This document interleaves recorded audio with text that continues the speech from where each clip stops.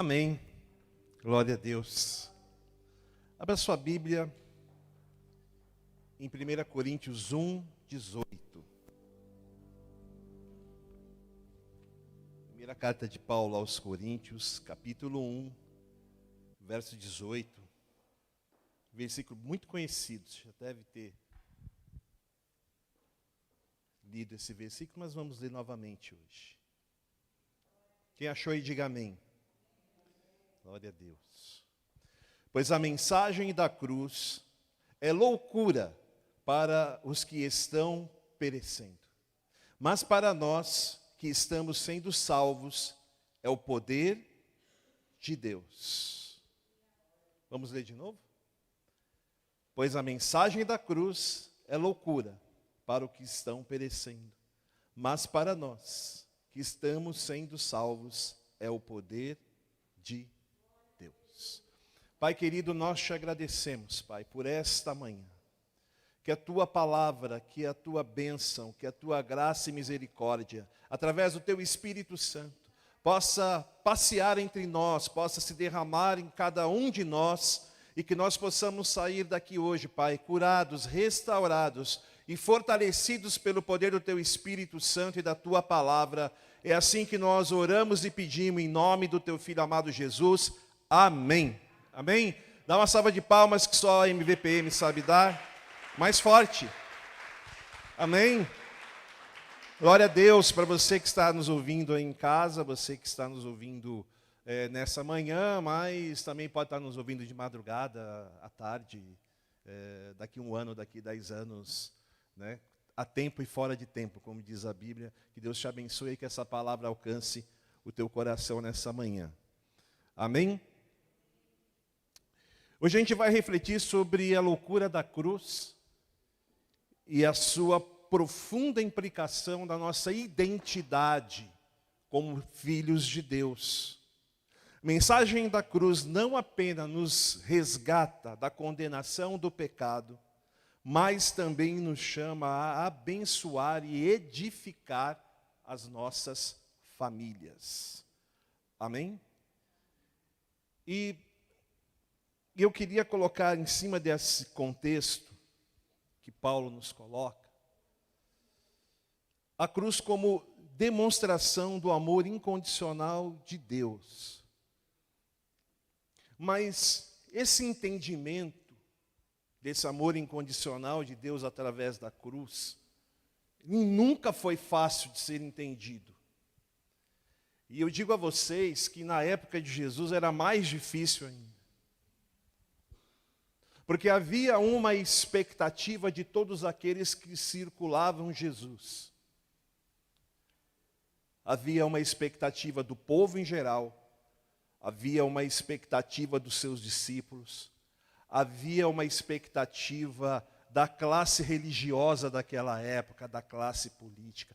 Todos tinham uma perspectiva e tinham um entendimento sobre Jesus. E todos eles foram decepcionados. Dos discípulos de Jesus tinha tudo quanto é gente. Jesus, ele na prática não fazia acepção de pessoas. Lá tinha cobrador de impostos, que era Mateus. Você tinha um zelota. E zelota era aqueles caras de extremista exército. Eles queriam guerra, eles queriam, matava mesmo. Era um negócio complicado. Você tinha pescador, você tinha toda a gente ali. Você tinha a expectativa dos religiosos da época, que esperavam o Messias, para que o Messias reinasse e aplicasse a lei, as regras da Torá, do jeitinho que eles queriam. Os saduceus tinham uma perspectiva que Jesus seria o grande guerreiro como Davi, que ia montar um grande exército, ia botar o terror nos romanos, ia botar todo mundo para correr, e todo mundo ia reinar, e todo mundo ia manter a sua posição. E aí quando Jesus fazia os milagres, curava cego, fazia aleijado andar, curava leproso, fazia aqueles sinais e prodígios maravilhosos. E o pessoal falava, olha, aí está o Messias. Olha, agora o Messias chegou. E aí Jesus, quando vai para o Sermão do Monte, ele começa a falar assim, bem-aventurados, felizes, abençoados, são os pobres de espírito, porque deles é o reino de Deus. Já caiu por terra ali a expectativa de todo mundo.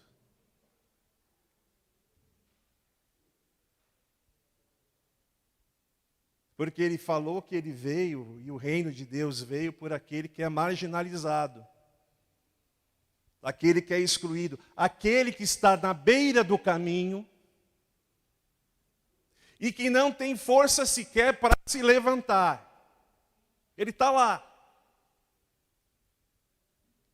E ele fala assim, eles são bem-aventurados, aquele que está à margem do caminho, aquele que não tem força para lutar, para reagir.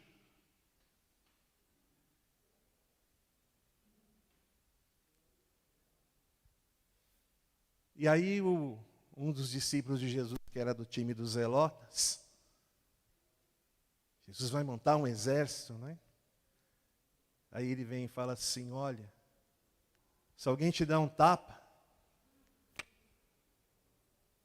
Jesus, se der um tapa, a gente dá outro, a gente bota para quebrar. Não, você vira e dá o outro. Pronto.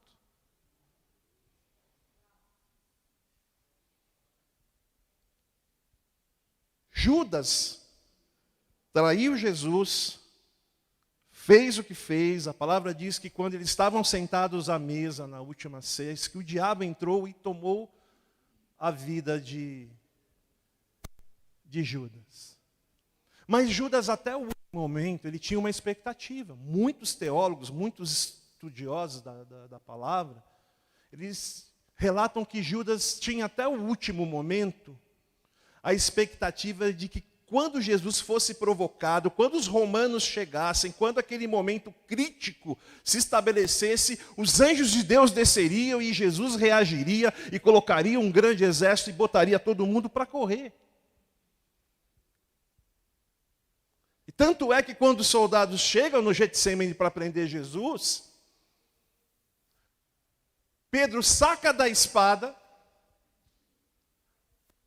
vai para cima de um soldado e corta a orelha. E Jesus falou, Pedro, guarda essa espada. Quem pela espada mata pela espada será morto, quem pela espada fere será ferido por ela.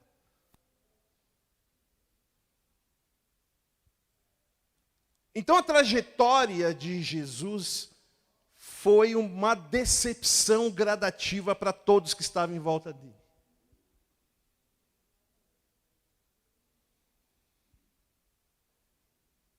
Quando ele chega e diz assim aos discípulos, olha, eu vou preparar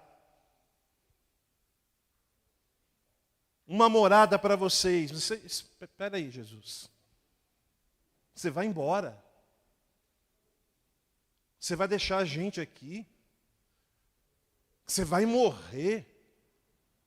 E aí Pedro se levanta, não, Jesus, você não vai morrer de jeito nenhum. Pedro, tem um demônio aí que está te atormentando. Fica quieto.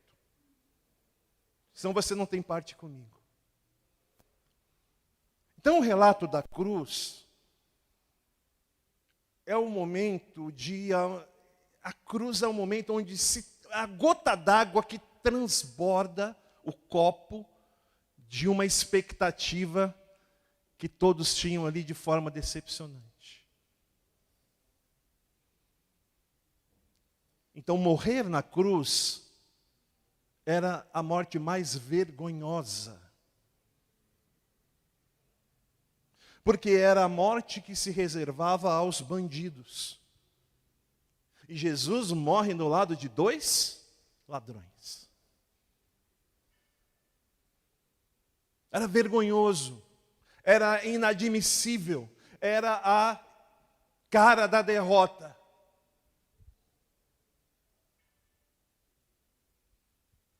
Porque a cruz é o nosso fundamento de fé. Tudo se dá a partir da cruz. E nós temos uma tendência, assim como aquelas pessoas tinham um ponto de vista de entender o que Jesus veio fazer aqui. E no fim todo mundo se decepcionou. No fundo, no final, todo mundo abandonou Jesus.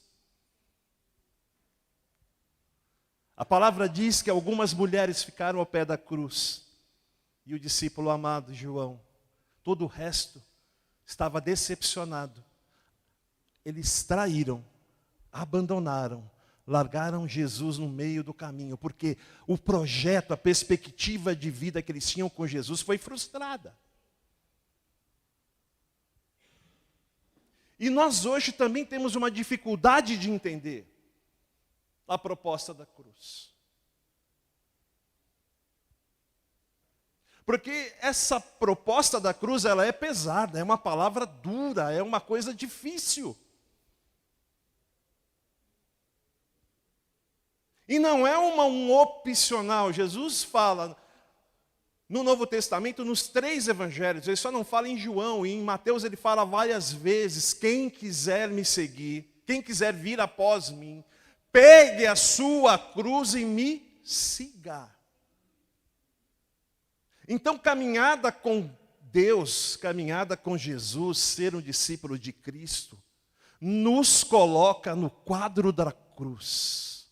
E nos convida a carregar a nossa cruz. Eu não posso carregar a sua cruz, Renata. Eu não posso carregar a sua cruz, Silvana. Eu não posso carregar a sua cruz, Mateus. Eu tenho que carregar a minha. E na nossa unidade como corpo de Cristo, como família, eu posso te ajudar, te sustentar, a você carregar a tua cruz. Mas eu não posso carregar a sua cruz.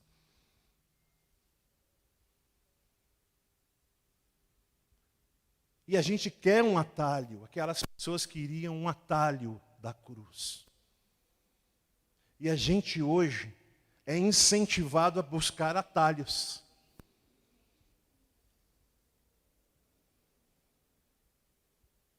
E é mais ou menos assim.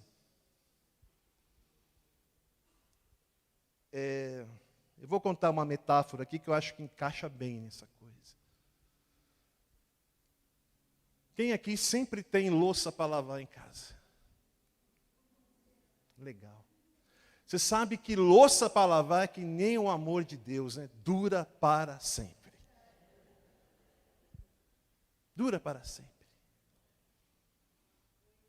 Você quer firmar um voto de casamento assim, poderoso em Deus, primeiro, lógico, mas se você quiser colocar um segundo depois, diz assim, que o seu casamento, o seu amor pela sua esposa, seja como uma pia de louça, sempre vai durar.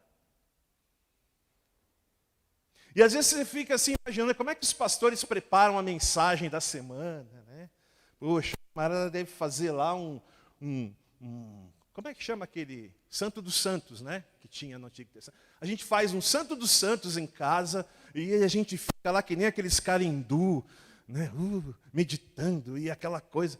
Não, gente, a gente trabalha, acorda cedo, passa raiva. A pastora passa 20 dias antes a palavra e a gente nunca está confortável, nunca está com a palavra adiantada, é sempre na última hora. É assim. E eu preparando a palavra, e a gente sempre procura fazer com excelência, né, com cuidado, e orando, e estudando. Mas a gente nunca está à vontade. São quase 18 anos que eu prego na MVPM, nunca estou à vontade quando vou pregar. E aí, nesse preparativo da palavra, eu estava ali me deparando com o amor eterno de Deus. E uma pia cheinha de louça, irmãos, um caos. Soninha está em casa, ela está ouvindo, ela deve estar balançando a cabecinha dela, né, meu amor? Estava um caos aquilo lá. E eu acordei, e aí coloquei lá um louvor, né? Estava ouvindo ali uma palavra ali no YouTube. E aí você está lavando a louça, né? Eu gosto de separar os pratos, copo, garfo, é só organizadinho para lavar a louça. Cozinhando também. E aí, irmão, você já percebeu o negócio quando você está no YouTube? Que o negócio já foi gravado, né, Mateus? Ao vivo não tem essa parada, mas quando é gravado, você está lá na bênção, e a palavra falando da cruz, e o pastor ministrando, olha, e a cruz de Cristo, e a gente foi resgatado, e a gente tem que pagar o preço pelo sangue do Cordeiro. Aí entra aquele maldito comercial no meio. Alguém já viveu isso?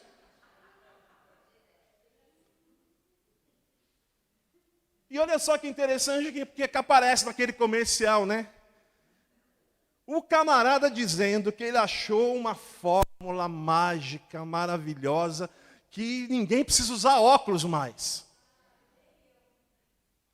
Que ele pegou um estudo com 89 pessoas na Universidade de Oxford, que ninguém mais precisa usar óculos. Não importa a doença do seu olho, não importa qual a sua idade, você vai fazer um método e você clica aqui embaixo que tem um vídeo gratuito, antes que saia.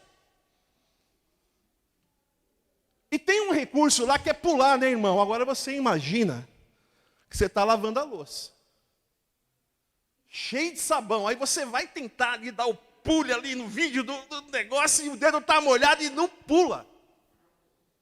E quando você não pula, o que acontece, Mateus? Vem outro vídeo de comercial. E aí o outro vídeo do comercial fala que eu não preciso fazer dieta, caminhada, exercício para emagrecer. Clica aqui embaixo antes que tire o vídeo, porque não sei quem mais lá não quer que esse vídeo fique aqui. Vocês já viram isso? E a gente vai lá e a mão cheia de sabão e não sai. Não dá para apertar o pule. E eu doido para voltar para a mensagem. Eu estou na mensagem, ela estava na unção, lá a palavra de Deus. E aí você vai lá e não consegue. Aí entra o terceiro vídeo, Mateus. Aí o terceiro vídeo diz assim: você não é preguiçoso. Você que fica protelando as coisas, você que fica adiando, você que está com as coisas atrasadas aí, você não é preguiçoso. O problema é que você precisa de uma, reprogramação mental. Eu falei, meu Deus, eu não estou aguentando esse negócio.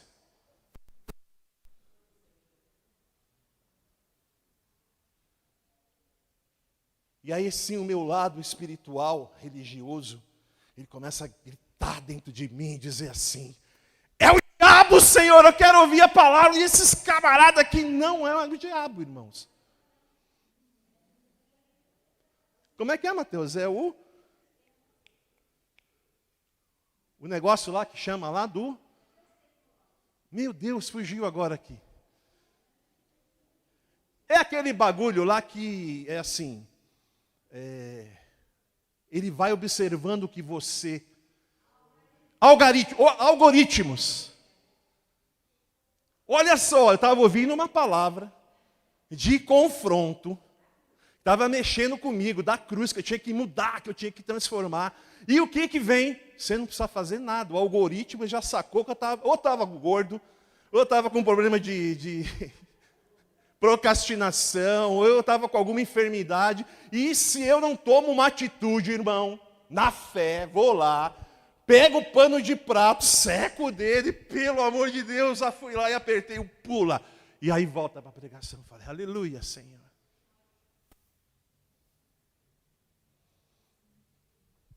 Sabe o que está acontecendo com a gente hoje? A gente está ouvindo os vídeos, está ouvindo a palavra.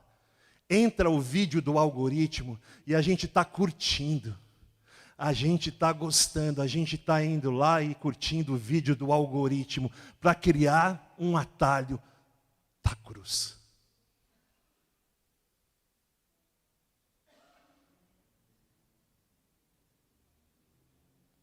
Não precisa fazer nada, pastor, disso aí. Pula. Pula essa parte e aí eu quero o benefício da cruz, não quero. Eu quero me sentir abraçado, acolhido, consolado. Eu quero.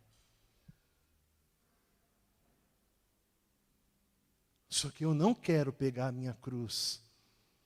E eu não quero carregar a minha cruz. Quando Jesus diz assim: bendito são os pobres de espírito, porque deles é o reino dos céus. Ele está propondo um caminho muito difícil. Ei, mas eu quero dizer para você nessa manhã, se você está perdido, se você está sem forças para viver esse problema que você está vivendo, você está à margem do caminho, você não tem como se levantar. Você foi traído, você foi violentado, você foi oprimido, você foi ridicularizado, você foi excluído, excluída. Ei, eu quero dizer para você que a cruz de Cristo te traz uma resposta e um consolo, porque se você é excluído, se você é violentado, o nosso Senhor foi na cruz, e na cruz Ele venceu, e se Ele venceu, você vai vencer. Se Ele venceu, você terá consolo, você terá abrigo, você terá cura, você terá o abrigo da cruz.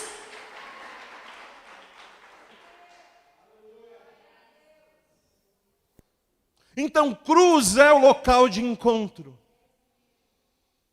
de restauração, de consolo, de paz. Loucura? Sim, é uma loucura, continua sendo uma loucura. E é o local onde eu me encontro com o amor incondicional de Deus. Mas eu quero te dizer uma outra coisa.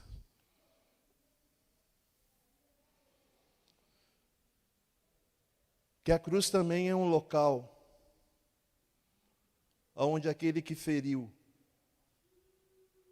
aquele que machucou, aquele que oprimiu, também encontra um lugar de perdão. Romanos 5, 8. Volta um pouquinho, você estava em Coríntios aí, volta um livro, você está já em Romanos.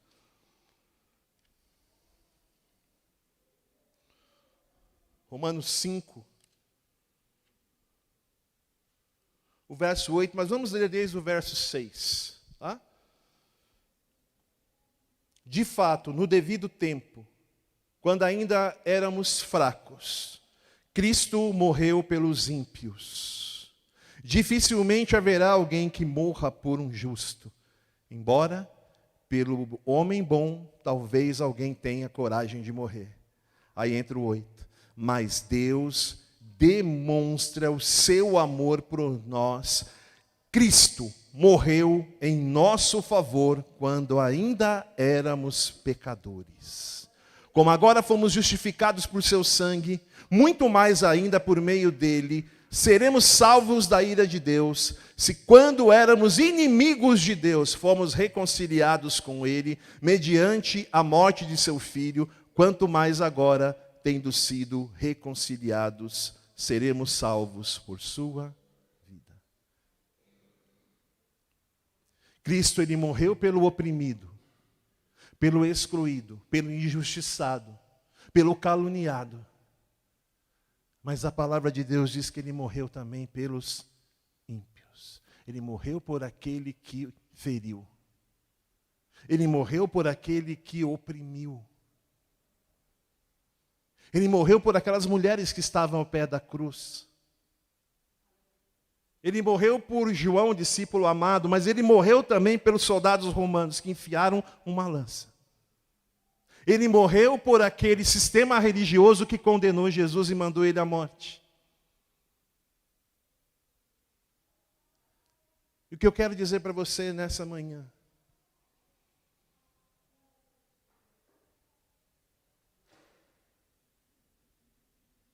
É que é na cruz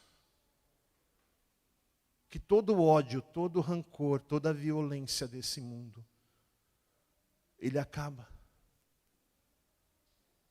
Porque é o local onde permite que haja um abraço, um encontro daquele que sofre, daquele que oprime com aquele que oprimiu, da vítima e do violento. Onde uma tem amparo, tem ternura, tem restauração, e o outro encontra o lugar de perdão. E é na cruz de Cristo onde há um abraço do oprimido com o opressor. Sabe o que acontece muitas vezes nas famílias?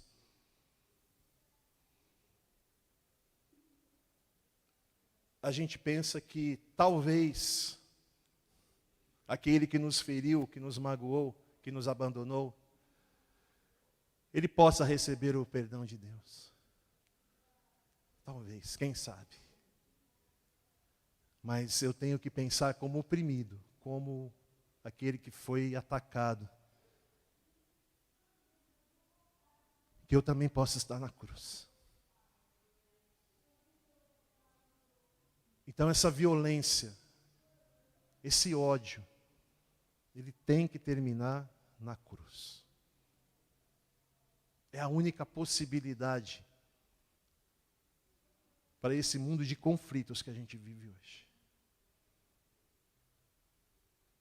E eu queria finalizar contando aqui um caso familiar. E aqui o Senhor vai nos discorrendo qual que é a nossa identidade. E quando a gente descobre qual é a nossa identidade de Deus, através da cruz, nós somos filhos amados de Deus, e que o lugar da cruz é para mim e para aquele que me oprimiu, eu também começo a me descobrir e me entender qual é a minha função, qual é o meu papel, qual a nossa identidade como filhos de Deus pela obra da cruz. Em Gálatas 4, diz que, ressalta que através da morte e ressurreição de Cristo nos tornamos filhos de Deus e herdeiros das suas promessas. Patrick deu uma promessa hoje, não é? Para nós não guardamos no coração. Então aqui vai mais uma promessa. Nós, pela morte de Cristo e sua ressurreição, nós somos filhos de Deus. 1 João diz que o amor do Pai em nos chamar de filhos de Deus. Deus nos ama chamar de filhos. Sabe aquele momento onde você se sente traído, abandonado, perdido? Saiba que Deus tem prazer, Ele ama te chamar de filho e de filha. Pastor, mas tem momentos que eu me sinto abandonado por Deus. Eu já me senti abandonado por Deus. E eu creio que cada um de nós aqui já se sentiu abandonado por Deus também. Mas eu quero dizer que Jesus também se sentiu assim. Meu Pai, por que me abandonaste? Em algum momento Jesus se sentiu abandonado por todos, até pelo Pai. Mas a promessa é que o Senhor não nos deixa perdidos no meio do caminho. E que Ele ama te chamar de filho e de filha. E a cruz nos oferece essa nova identidade. Uma família espiritual onde nós somos amados e aceitos incondicionalmente por Deus. Sabe qual é o grande problema? É que nós não aplicamos isso aos nossos irmãos. Nós não aplicamos isso dentro da nossa casa.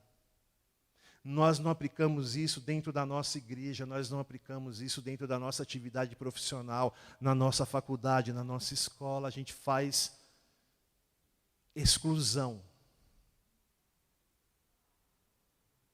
com aquele que pensa diferente, com aquele que tem uma perspectiva diferente da nossa. Mas a cruz nos aceitou de forma incondicional. E eu quero dizer uma coisa para você. A religião, ela se organiza para dizer e classificar o que é pecado, quem pode, quem não pode, quem vai e quem não vai. Ei, deixa eu te dizer uma coisa. Isso é uma competência de Deus. Deus vai dizer o que é pecado e o que não é pecado. Deus vai dizer quem vai e quem não vai. Não somos eu e nem você.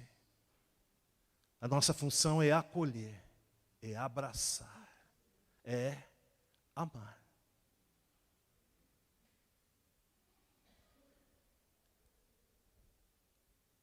Como é que a gente pode abençoar as famílias através da cruz? Em Efésios 5 diz assim, 25 e 26, ele nos exorta, homens, a cuidar das nossas esposas de uma forma muito especial. Ele nos convoca e nos exorta a amar, a cuidar, a respeitar a nossa esposa, como Jesus amou a sua igreja. E de que forma se dá isso? Deus morreu pela sua igreja, Ele morreu por mim e por você. Então, maridos, tratem as suas esposas como Cristo amou a igreja. A gente gosta muito de um versículo para trás, né? Mulheres, sejam submissas aos vossos maridos. O Robson deve estar ouvindo em casa lá, ele deve estar doido comigo quando eu falo isso. Ah, pastor, você esquece da primeira parte. Não, eu não esqueço da primeira parte. Só que a parte que nos compete a homens é amar as nossas esposas como Deus amou a igreja. E eu posso te garantir uma coisa, se você amar a sua esposa como Jesus amou a igreja, você não vai ter problema nenhum. Zero problemas.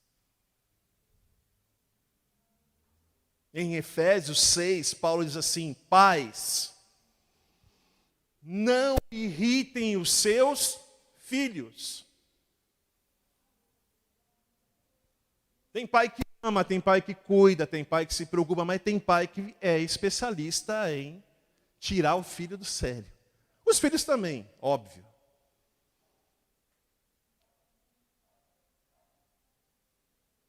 Um pouco mais de paciência, um pouco mais de empatia, um pouco menos de inflexibilidade. Então você que é pai, não irrite o seu filho de bobeira, porque no momento que você precisar exortar e corrigir, como a palavra ensina, você já saturou a relação. Você já magoou, você já falou tanta coisa que não precisava falar, você já magoou, você criou uma barreira desnecessária.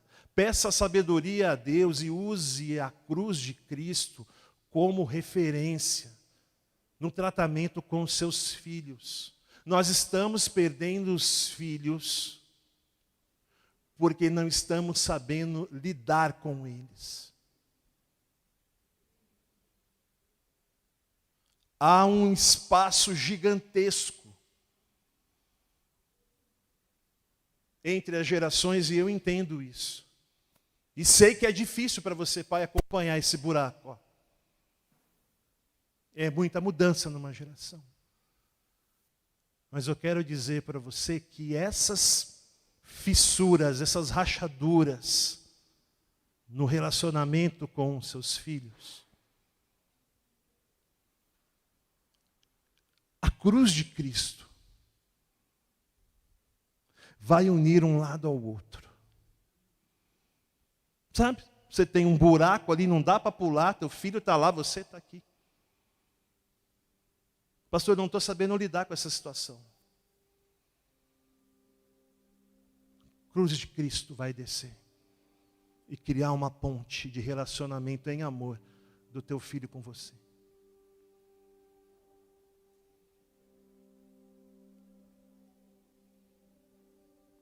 Cruz de Cristo. A cruz de Cristo nos convida a reconciliar a nossa família através da cruz. Ela nos incentiva a perdoar uns aos outros. Em que nível, pastor? Quantas vezes? 70 vezes 7. Ou seja, todas as vezes que forem necessárias. Tem muitas famílias sendo devastadas, separadas, porque, pastor, eu mereço ser feliz, eu não aguento mais essa situação, e estão abandonando as famílias. São pais que saem dos casamentos e deixam o peso para as mães. São mães também que estão abandonando, mas é muito mais comum o homem abandonar a casa. E existem muitos filhos que têm que sair de lá para sobreviver, porque o ambiente é tão tóxico, que ele tem que abandonar a casa, tem que abandonar o núcleo, tem que sair de lá para poder sobreviver. Porque as fissuras estão cada vez mais distantes. A cruz de Cristo cria o perdão necessário para a reconciliação. Não desista. Não abra mão da sua família, dos seus filhos, da sua casa.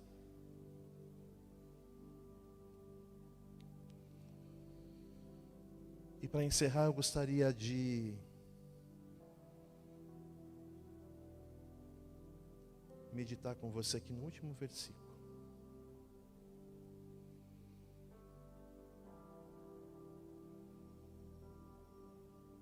Que está aqui em 2 Coríntios. Volta lá em 2 Coríntios.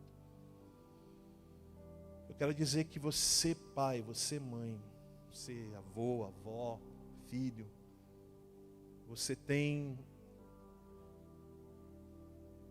uma missão de Cristo muito importante.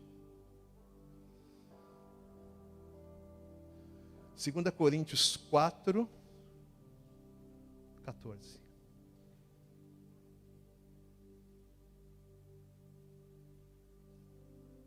A cruz de Cristo nos convida hoje ao ministério da reconciliação. Olha só o que Paulo diz. Pois o amor de Cristo nos constrange, porque estamos convencidos de que um morreu por todos. Logo, todos morreram. Ele morreu por todos, para que aquele que vive já não vivam mais para si mesmos, mas para aquele que por eles morreu e ressuscitou. Verso 16. De modo que, de agora em diante, a ninguém mais consideramos do ponto de vista humano, ainda que antes tenhamos considerado Cristo dessa forma. Agora já não o consideramos assim. Portanto, se alguém está em Cristo, é nova criatura. As coisas antigas já passaram e eis que surgiram coisas novas.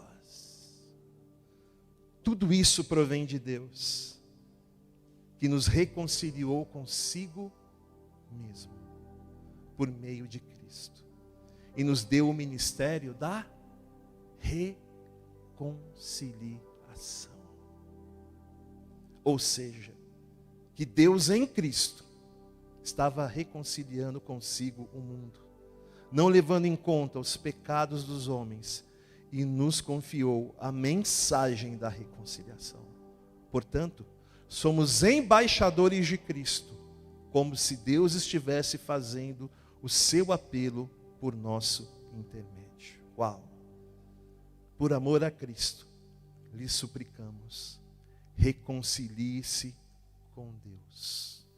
Deus tornou o pecado por nós, aquele que não tinha pecado, para que nele nos tornássemos justiça de Deus.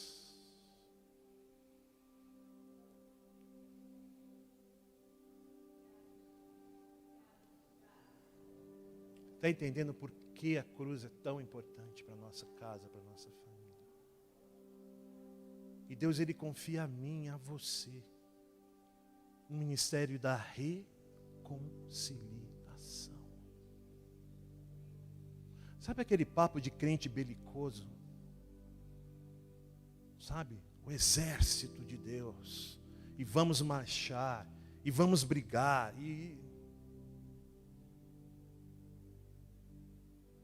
Deus não mandou você montar um exército. Nem se alistar. Não.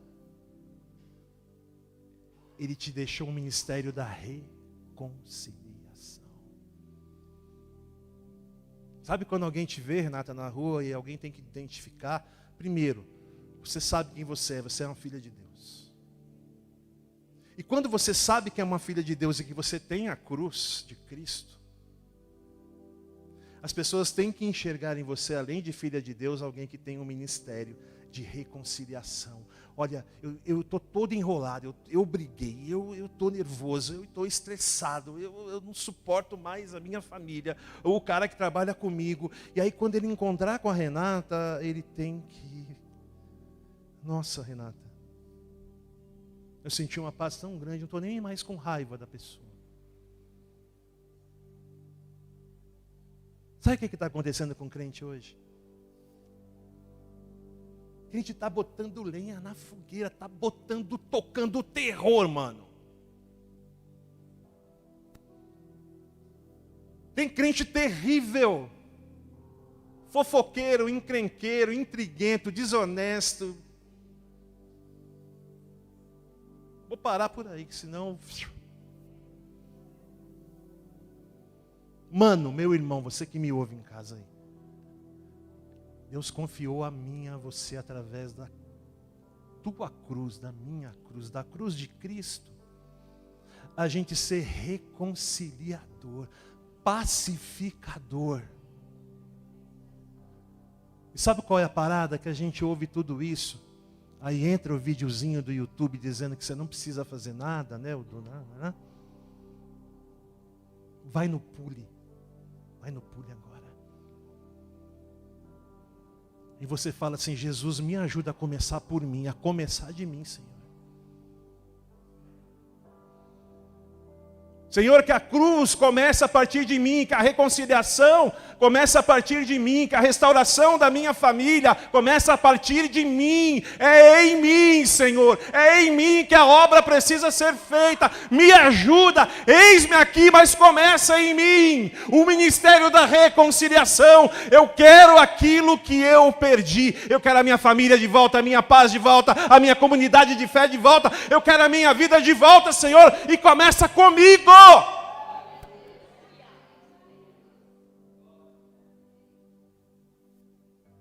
Todo mundo aqui conhece a história de Caim e Abel, e eu estou preparando uma ministração em cima de Caim e Abel. Aguarde. Então, todo mundo conhece, né?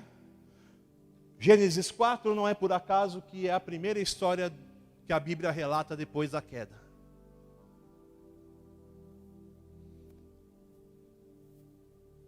Caim nasce, tem um nome, a mãe explica o nome dele, tem a mesma profissão do pai, aquele que cuidava da terra, era o cara. E a Bíblia diz lá que depois nasceu Abel. Ninguém explica o nome de Abel, só diz que Abel cuidava das ovelhas. Aí num certo momento Abel entrega uma oferta, Deus aceita. Caim entrega outra oferta e Deus não aceita. E ele se ira, diz que a face dele se transformou. Foi tomado de inveja, de ira, de raiva. E Deus falou assim: Caim, se você agir assim, vai dar ruim. Ó, rimou, né? Rima pobre, mas rimou. Ô Caim, se pensaste assim, vai dar ruim. E deu. E ele vai lá e mata o irmão Abel. E aí Deus procura: ô Caim, cadê teu irmão? Eu sou babá do meu irmão? Folgado ainda, né?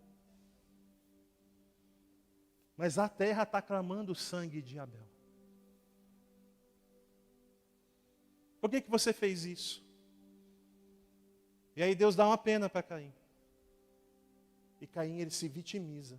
Nossa, mas essa pena para mim é muito pesada, Senhor. Não mereço. Eu vou sair, os caras vão me matar. Porque era assim. E aí Deus, assim, pacientemente, fala para ele assim, olha, vou colocar uma marca em você. E aquele que te fizer mal, aquele que te matar, vai sofrer um castigo 7 vezes mais. Tá legal? Vai. Esse de direito de te punir é meu. Ninguém vai fazer isso. Mas observe a história. Se eu perguntar para você aqui, quem quer ser o Caim da história? Alguém gostaria de ser Caim? E se eu perguntar para você, quem quer ser Abel? Todo mundo quer ser Abel, não é verdade? Agora olha só que interessante. Abel não é o protagonista da história. Abel, ele entra na história, entrega uma oferta e morre. Acabou a história de Abel, ninguém fala mais de Abel. Mas a gente quer ser Abel. A gente não quer ser Caim. Opa, você está me chamando de Caim, é até agressivo, né? É que nem chamar uma mulher de Jezabel, dá um enrolo isso dentro, não é? Ah, aquela irmã é Jezabel, vixe, não é bom, né? Mas eu quero te deixar uma notícia hoje para você pensar em casa.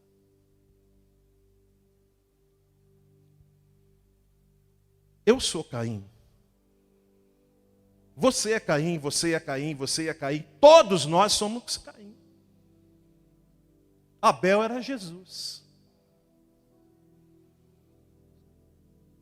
Que foi relatado lá em Isaías, que como uma ovelha muda, ele foi para o matador.